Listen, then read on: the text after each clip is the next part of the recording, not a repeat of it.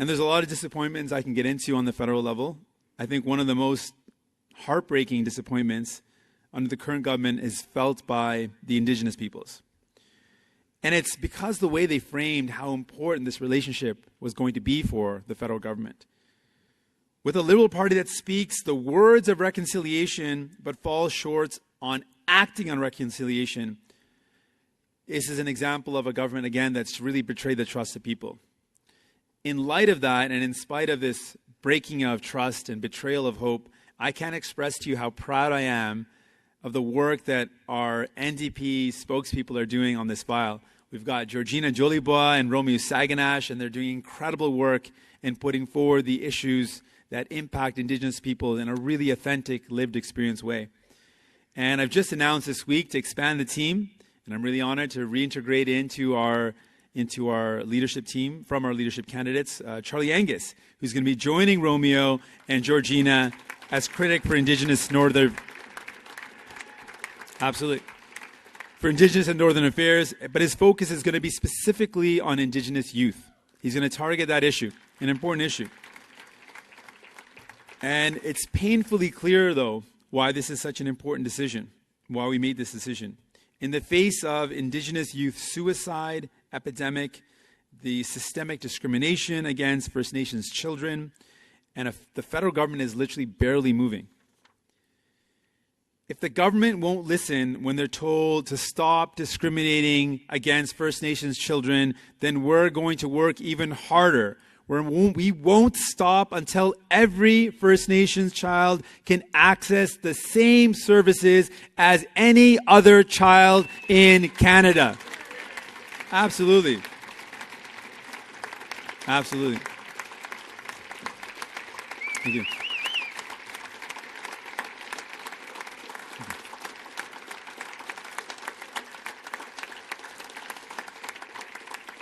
Thank you. Now, the Trudeau government campaigned on a nation-to-nation relationship and a strong commitment to reconciliation. I'll quote from their platform for a quick sec. You won't see me do this very often, I promise. Quote, "We will immediately re-engage in a renewed nation-to-nation process with Indigenous peoples to make progress on these issues, on the issues most important to First Nations, the Métis Nation, and Inuit communities. Issues like," and I quote, "child welfare." That was in their policy. Now, sadly, people aren't surprised when Liberals break their promises, when they don't follow through on their commitments. But you would think that at a minimum, they would actually abide by human rights tribunal rulings. At a minimum, you'd think that, hey, at least we're going to follow through on that.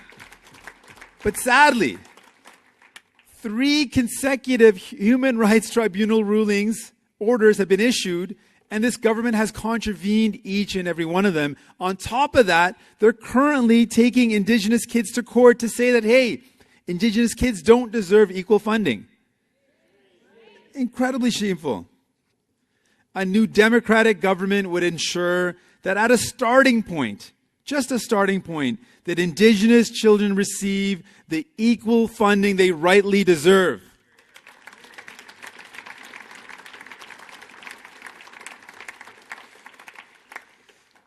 So you can tell a lot about a government by their priorities, or their priorities by their budgets. Budgets are all about priorities. They demonstrate what matters to a government.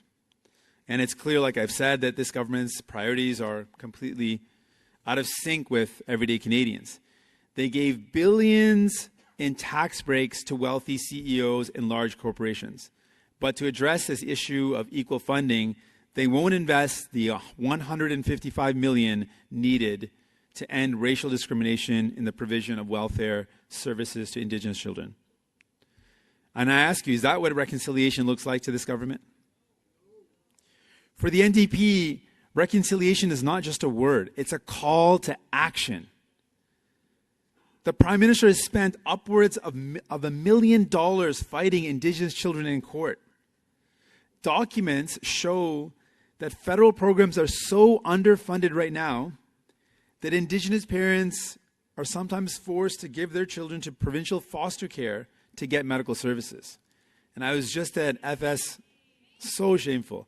I was just at FSIN yesterday, and I shared this example, and I saw in the room far too many people nodding their heads because this is a reality that people face. There is something fundamentally wrong with our country when Indigenous families have to give their children away while multi-millionaire finance ministers somehow forget they own a French villa. There's something fundamentally wrong with this.